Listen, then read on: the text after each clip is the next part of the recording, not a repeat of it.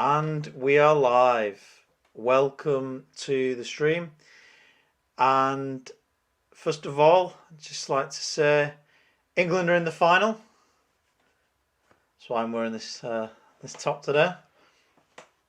And if you're wondering what the hell the title's about, my attempt to become a Bitcoin billionaire, well, it's an article that I read and found in a British tabloid, quite a popular one called The Times, and written by someone, and it made me laugh reading through it, because what this guy does is just stupid. So I just wanted to go through it and kind of give my take on what this guy's done, and I think it just sums up what happens in crypto, and what's happening at the moment. So we're going to go through it and yeah, just let me know what you think. So the article is called Crypto Crazy, My Attempt to Become a Bitcoin Billionaire. The latest money-making craze is trading cryptocurrency. How hard can it be?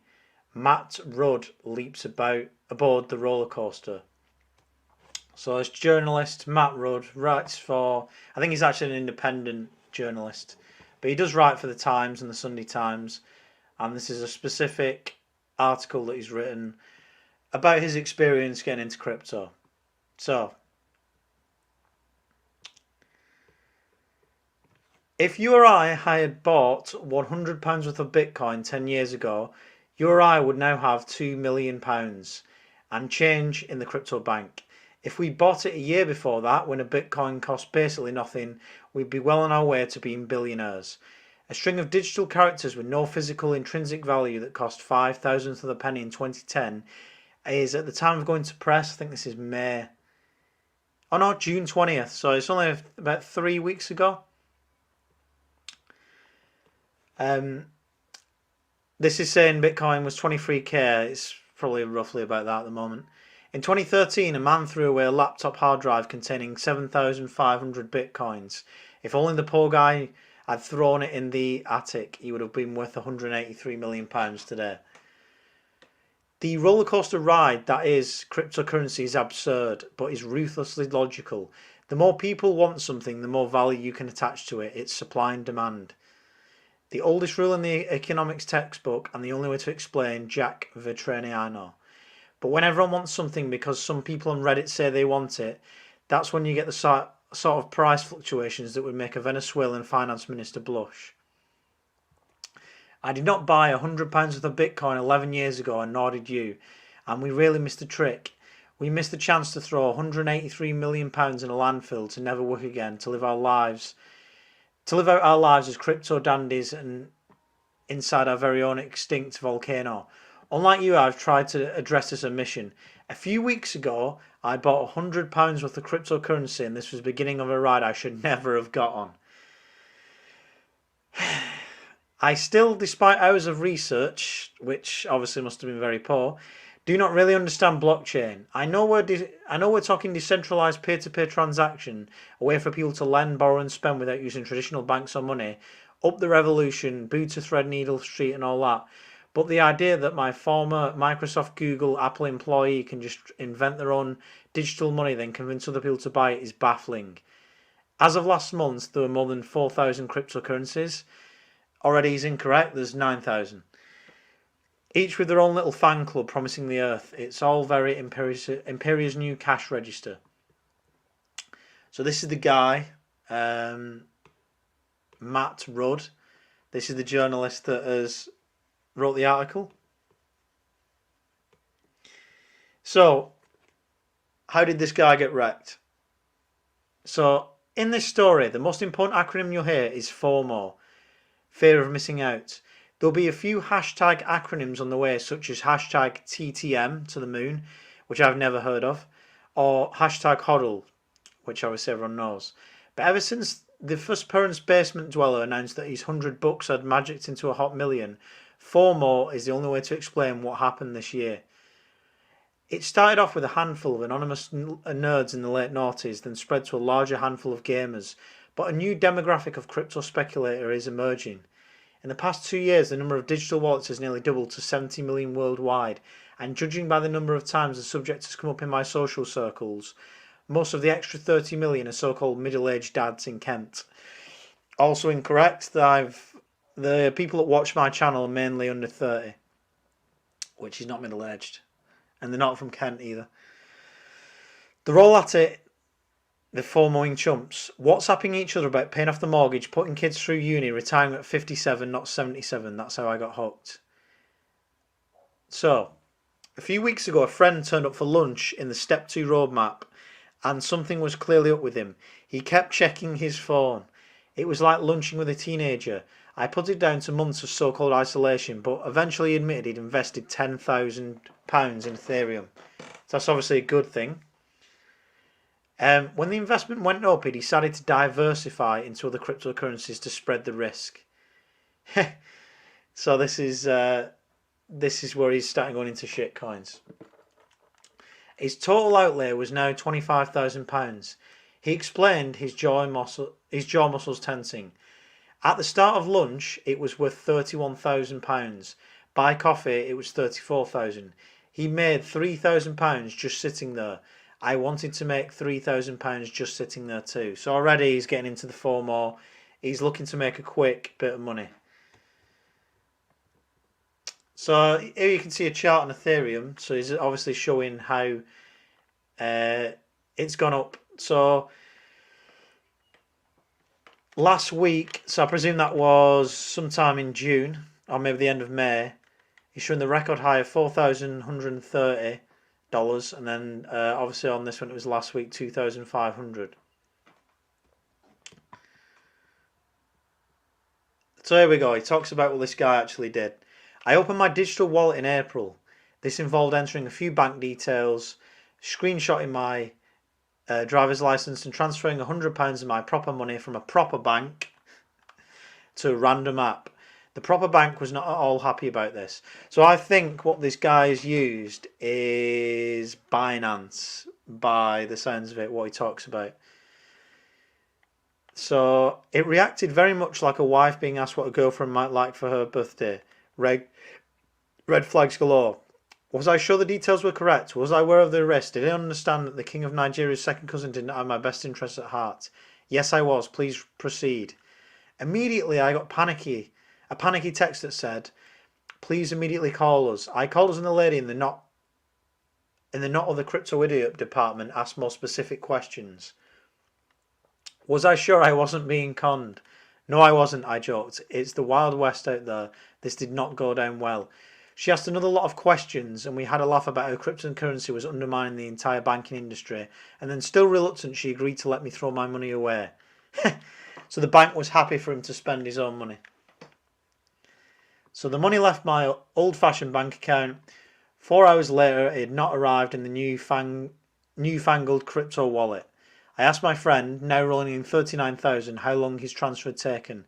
A few minutes, he said, adding helpfully that another Kent dad had got a digit wrong and lost one whole Ethereum at a time forever. So this was going to be a short story. This would have been better than what actually happened. A whole day and a few more hours later, the money arrived with an apology for delay, that they had been experiencing unprecedented demand. No problem, I was ready to start making millions. So I bet that's Binance.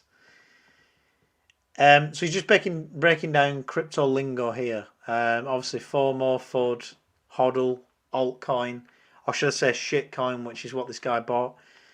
I think he actually bought one decent one. To the moon, stablecoin, and whale. So, start with Ethereum, said a Sussex dad. It's big, it's safe, and it's going to keep rising until September. I don't know why he said that. Now, I should add here that his friend is an economist. He spends his waking hours advising developing countries on their finances. In his second year out of university, he wrote a whole national budget. Smart guy. But I've also seen him try and get a wine stain out of a carpet with the trousers he was wearing, and he once decided to outwit an Amsterdam manager by pretending we were Russian. You're not Russian, are you? Said the muggler. So I ignored his advice. So, he's got into cryptocurrency and the guy that advised him to get into cryptocurrency said buy Ethereum. So this guy who's not in cryptocurrency decided against not buying Ethereum for whatever reason. Now you're going to say how stupid he is now. Sorry if you're watching, Matt. So he's saying basically because Ethereum cost £400 in December, it was now 3,000. He thinks he's missed the run because it was 3,000 in this. He obviously doesn't understand a bull market, a bear market, the 4-year cycles. I could go on. So anyway, of the 200 cryptocurrencies available on my new bank unapproved app, I would have thought it's definitely Binance then. 192 of them had at least quadrupled in value over the previous 4 months. Most had rocketed tenfold or more, and here we go, VThor was one of them. In mid-January, one VThor cost 0.0005p, and by mid-March it cost 0.1.5p. A 30-fold increase in 8 weeks. But here in late April, VThor had just plummeted by a third, a bargain, 0.1p. The word on the street, and I've been by Reddit chat room, was that VThor was going to the moon. Hashtag TTM, I've still never seen that. So I should buy the dip. It would hit $1 by Christmas, they said. So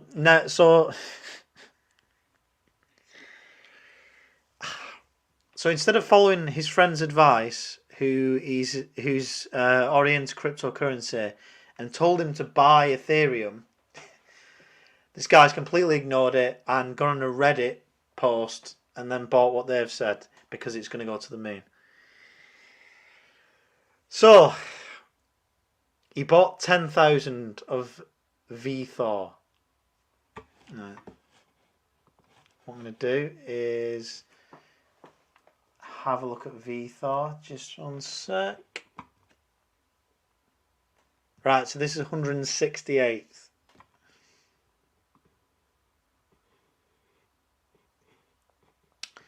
And if we look at the chart, let me just swap that out.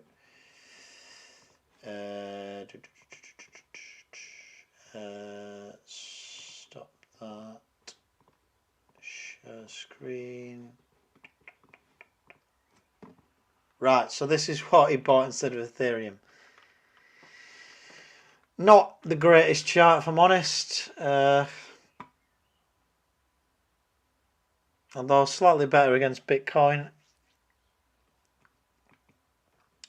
So basically he's bought this instead of Ethereum. Most likely because he's seen the monetary value cheaper. Although this is another thing, don't follow what it says on Reddit. So if we go back to the article, stop screen, share, boom, right, we're back. So you bought 10,000 of VThor. It was Sunday. By Tuesday, my £100 had mushroomed into £160. Wow. Imagine if I put 10 grand in. Imagine if I remortgaged the house and put £100,000 in. The lady at the bank would have not been happy at all, but I would have made 60 grand in 4 days. Why hadn't I done that? You've got the knack, said the wine trouser friend. So after a couple of weeks and a payday, I transferred £300 more of actual money. That's the limit, said Harriet.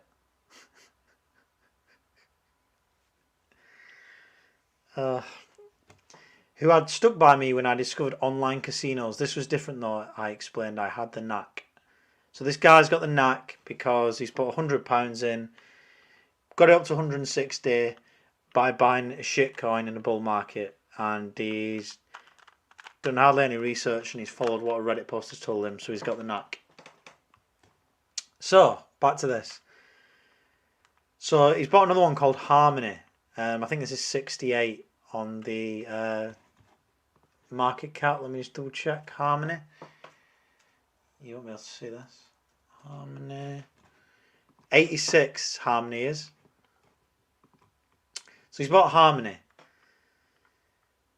On its website, it says it's an open and fast blockchain that its mainnet runs Ethereum applications with 2-second transaction finality and 100 times lower fees. And if that wasn't enough, its secure bridges offers cross-chain asset transfers. And the guy who runs it may look like a teenager, but he has a doctorate in security protocols and a complier verification from the University of Pennsylvania, which is probably relevant. The clincher, though, was that one Harmony token cost 10p. And everyone on the street, and I mean another Reddit page, said it was also to the moon, so I bought 1,000 of them. Another 6,000 of V things, so VThor, and then on a whim, 2,300 CELR, whatever they are. So now this guy's just buying anything the Reddit post is saying. So he's bought another shitcoin. Seller network.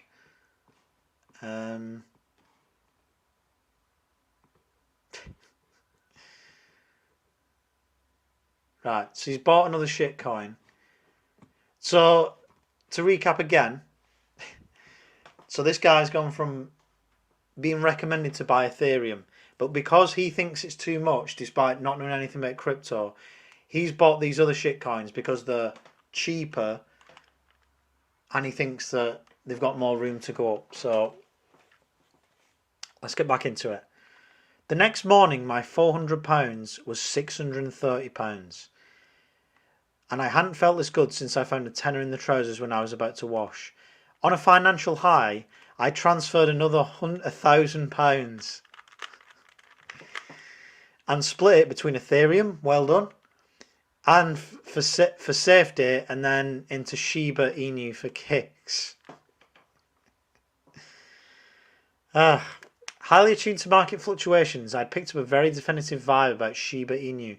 It was said some people the next Dogecoin. If you've heard of Dogecoin, it's a meme coin created as a joke by two software engineers to show how ridiculous cryptocurrency speculation can be. I guess you had to be there. Anyway, the joke Dogecoin is now the 6th largest cryptocurrency. It's up 7,000% since the beginning of the year, which is infinity better than my bonus savings account at the bank. Why? Elon Musk keeps tweeting about it and Snoop Dogg keeps rapping about it, and one day in April the volume of Dogecoin traded was 70 billion. So he's just showing how Dogecoin went up. So obviously he's thinking that because Dogecoin has gone up 7,000%, Shiba Inu is going to go up. That must be what he's thinking. So the point is, Doge was already a long way to the moon by the time I started investing. But Shiba Inu, named after the Japanese dog that forms the logo for Doge, was yet to blast off. Purposely, the Dogecoin killer was created last summer by an anonymous bloke to make fun of the blokes who'd made fun of cryptocurrency. Again, you had to be there. Shiba Inu tokens have no obvious utility and are not backed by assets or rights. But on that morning, I could almost buy 100 million of them for £500. So this guy who's just got into crypto has put £100 in, then £300, then £1,000, and now because he's over a period of a week or 2 weeks, he's now buying 100 million Shiba Inu for £500. So what he says is, I've never owned 100 million of anything. I did the maths. If one token costs 0.00008p instead of 0.00008p by Christmas, I'd be up 50 grand. So again, he doesn't understand what a market cap is, this guy. If he knew what market cap meant, he'd know that it would never go that high. If it went up to 8p, I could retire. So clearly that's never going to happen, because the market cap would just be trillions and trillions and trillions and trillions, which is something that people don't look at when they get into crypto. So what happened after that? So he's bought a bit of Ethereum, he's bought a load of shit coins. For the next few days, my portfolio of coins went up a bit and it went down a bit, 20% here, 30% there. The sort of movements that would have a traditional fund manager throwing himself a party or throwing himself off a building. But in crypto land, this constitutes stability. And then on Saturday, my notifications started to go berserk. So he's made another mistake putting notifications on. Everything except the sensible, boring Ethereum. Oh. Everything apart from the... Everything except the sensible, boring Ethereum was going up. So that sentence just sums up this guy. The total in my digital wallet kept updating every few minutes. 2,100, 2,430, 3,145. Shiba Inu was not a joke. Well, it was, but some other Kent dads were falling for it. Don't say it's pyramid, don't say Ponzi. I was hashtag TTMing, so to the moon. At the end of last year, there were 25,000 crypto millionaires. By the time I started investing that figure, it reportedly quadrupled. Over the past year, the world has been blessed with 11 new crypto billionaires, most of whom created themselves created cryptocurrencies. Satoshi Nakamoto, the mysterious overlord of all this madness, the person who created Bitcoin and may or may not live in the suburb of Sydney, is now one of the 25 richest people on the planet. These are not the only people who really blow my mind, though. It's the kids, such as this guy. A millionaire at the age of 18 after investing a £1,000 gift from his grandmother in Bitcoin when he was 12. Or Cooper Turley, who began investing in Ethereum 4 years ago while studying music business in Colorado. He's 25 now and never has to work again. There are people who sold Bitcoin for 1,000% profit in 2014 and 2017. And last month, this is what I was holding onto on that day. I was going to the moon, and it didn't matter that it was unimaginable that Cell R or VThor or Harmony could keep rising after they've already risen so far. There are 70 million people who've invested in this cryptic world so far. Experts think this will continue to rise exponentially. As long as enough people are arriving after me, eyes wide, mortgages loaded, anything was possible. I said don't say pyramid.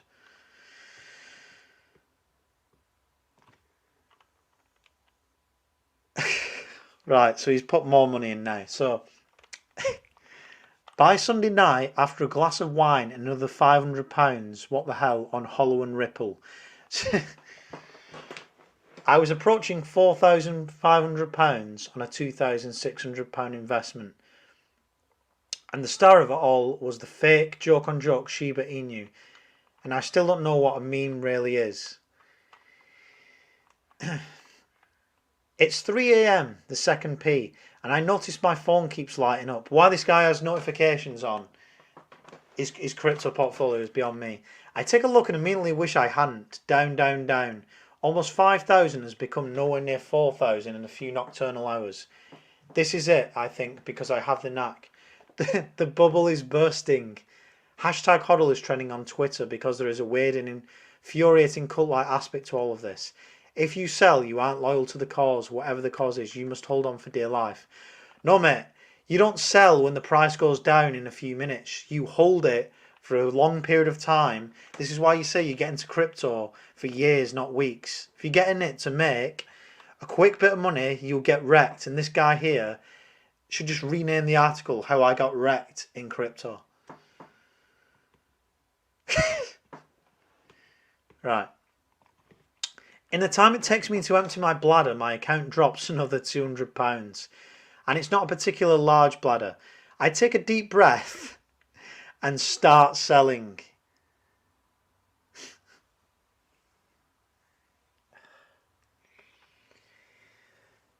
So this guy's portfolio starts dropping and he starts selling because he's getting wrecked. In 3 minutes, I've got most of my crypto money back into money. At the third P at 5 AM, my phone is screaming again, up, up, up. So I buy back my billion Shibas and my 10th of Ether. I buy Doge and Venus.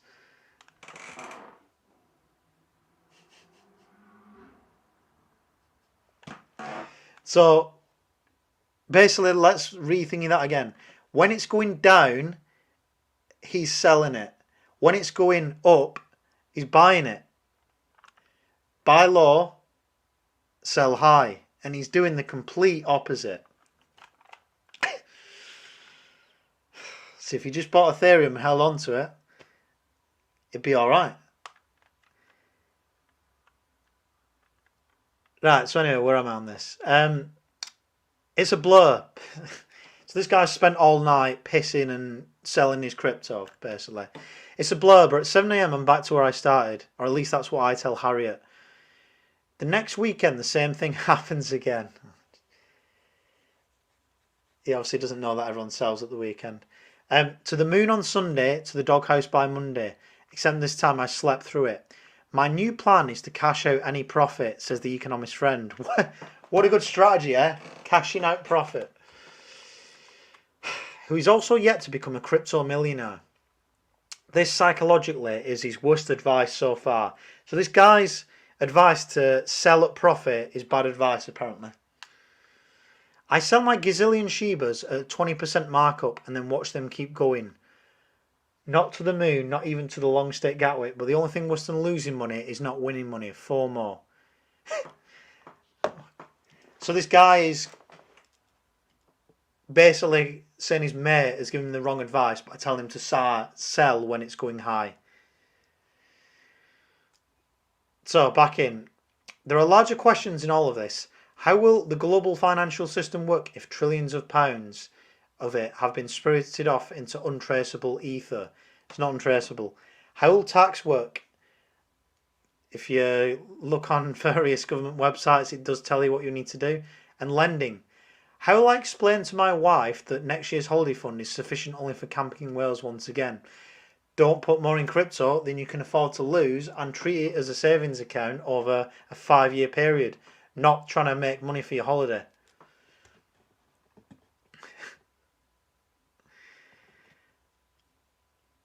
We can have misgivings about central banks and their ability to print money, the ability to print their way out of trouble. We can feel scammed by the huge gap between savings rates and borrowing rates, but replacing the system with thousands of random digital currencies that can rise and fall by hundreds of % on a Musk tweet or a Snoop Insta is not a sensible alternative.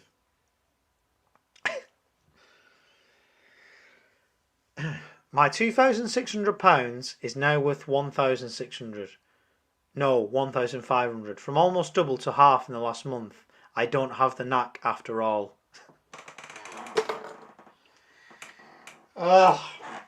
So there's this guy's article. So he spent a month in crypto. 1 month. And his investment has gone down. Basically because he's selling, panicking, and he's bought shit coins. If this guy just put his £2,600 and he bought 1 Ethereum, and at the end of this bull market cashed it out, he would have more money than he put in. And even if he put them in shit coins and just waited. So this article here, you have to actually pay to read it. But this article outlines a few things. Well, quite a lot of things that this guy got wrong. A lot of them. Do some proper research when you're looking into crypto. Understand what you're buying. Understand what market caps are. Understand the 4-year cycles of Bitcoin and cryptocurrencies. Put in what you can only afford to lose. Don't put in your fucking holiday fund. Don't put in your holiday fund or money you're putting aside for something good. Treat it as a savings account and do it over a 5-year period and dollar cost averaging. If you follow all those things, you won't get wrecked like this guy.